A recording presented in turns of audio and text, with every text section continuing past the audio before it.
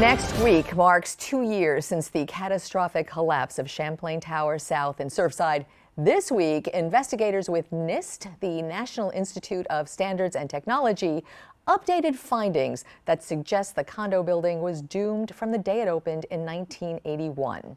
Of some 24 hypotheses under scrutiny, the leading one, they say, now focuses on a substandard concrete pool deck that collapsed 7 minutes before half the building did, killing 98 people within. Judy Mitrani-Reiser is NIST's lead investigator overseeing that massive multi-science probe right there with us live today. Judy Mitrani-Reiser, great to have you aboard with the program. Thank you very much, Glenna. Nice to be here. Thank you. So the takeaway, listening to this 5 hours of updates that you and your colleagues presented this week, the takeaway really was that focus on the pool deck, substandard concrete also, and then violations of the code, both in the 1980s, late 70s and 80s, and violations, what would be violations of even current code. Is this something that is a revelation to NIST? Because we've kind of heard bits and pieces of that almost for 2 years. Sure, Glenna. So what we want our takeaway to be from this week's meeting is that when we reach preliminary findings from any evaluations that are factual, that we can present to the public, we are going to do that at our regularly scheduled advisory committee meetings. We want the public to hear that we have over 24 failure hypotheses that are in multiple states of status, whether they be probable, possible, unlikely, or disproven. You heard about some of the evidence that we're using for just one or a couple of our failure hypotheses. So there's hypotheses and theories are not interchangeable words, right? Theory is you see some things and you have a theory about it. Hypotheses are you haven't seen anything yet, you just kind of putting out a thought process to follow. Is that right? Sure. So our hypotheses, our 24 failure hypotheses, both include failure initiation and then failure progression. And we want to make sure that we are looking at every possible hypothesis that could have led to the kind of collapse that we saw on Champlain Towers South. So many of these hypotheses we develop from preliminary evidence or findings. Also, many members of your public and our public have submitted their hypotheses for us to follow through on through our data submission portal, and I encourage others to do the same. So these are all avenues that we are tackling so that we can reduce the number of possible and probable failure hypotheses to hopefully just one or a very small set of them. Can you give us, well, we've heard the focus and what the leading hypothesis is, the pool deck issue. Can you give us a couple more that you think really might take you somewhere? So there are many, and as one of our advisory committee members, Professor Jack Maley, described so well on Thursday, we're looking at both failure hypotheses that could have initiated in the pool deck and then caused a progression of collapse that we saw. We're looking at potential initiation in the tower that then could have progressed in what we saw. So the point is that we're really trying to tackle what are all the conditions that could have been in place to lead to the collapse that we saw. And we are using images, we're using videos, we're using LiDAR scans, we're using satellite data and imagery, our physical evidence in the warehouse. Our interviews have been absolutely incredible, so helpful. Those that have already spoken to us and have provided so much information of the knowledge that they had of the building, their experiences in the building, and the history with the building, sometimes over decades.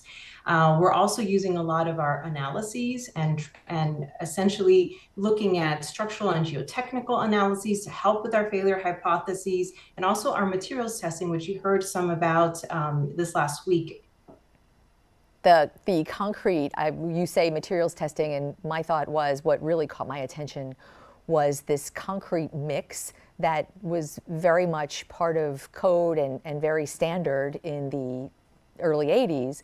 But now there was no durability test, and so a building on the water and salt air, it was not a durable kind of concrete. And so that kind of raises the question, I don't know, where we live right now, there are, I'm going to say, hundreds of buildings built over the past decades, probably with a very similar concrete mix, in the same conditions, the same erosion patterns, the same shifting of land. What NIST is doing is so applicable to so many buildings as we speak. Should people worry?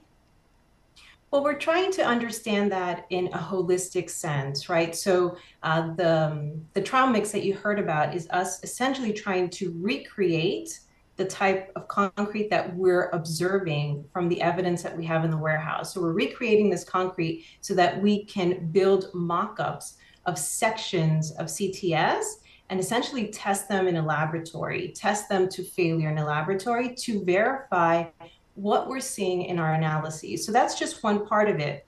The other part of it is the invasive testing, right? So the last time we met with our advisory committee, you heard that we were waiting to acquire additional warehouse space so that we can begin our invasive testing. Now, so you could think of what we're doing here as, like health diagnostic, right? You would start with non-destructive things. You might, like if you went to the doctor, you might go and, get your blood work done and kind of just collect a lot of information to try to see what's going on with this very complicated system, your body, and diagnose correctly the source of the issues. And so then you might do something more invasive like a biopsy, right? And so that's the coring that we're doing right now, where we're taking pieces or samples from the evidence and testing them to failure. What we're doing there is really trying to understand those properties that were in part of CTS. And once we combine all of our non-destructive testing and our destructive testing, we see a much better picture of the health of the building just prior to its collapse, so that we can improve our analyses and then verify all of that with the testing that we described last week. Understood. Yeah. In the minute that we have left, I know you had mentioned that you're part of the meetings with families. We've spoken to family members who are, aside from devastated forever, really frustrated at the pace of everything and angry and going through those kind of emotions. And you've sat in on those family meetings, and without breaching any kind of privacy, what is your takeaway as you give this information to those closest to this? Sure. Those meetings are very difficult because we understand that families and the public want answers quickly.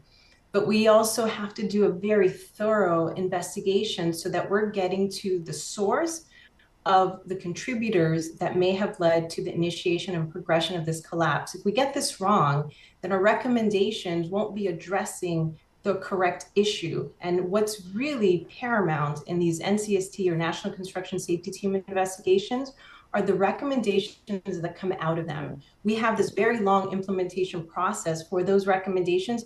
We want to make sure that if we're changing our standard of practice, if we're changing building codes, we want to make sure we're making the appropriate changes. Yeah. And it means doing a very thorough investigation and tackling those failure hypotheses that are more probable or possible, but then also tackling those that are less probable and possible, just to be sure that those are not avenues that we should have been exploring, right? Sure. So we really have to look at this really large family of potential issues that could have contributed to this collapse so that we can make the most appropriate recommendations when we're done. A really monumental job. Judy Mitrani-Reiser with NIST. So glad to have you aboard today. Appreciate your time. Thank you, Glenna. Appreciate you.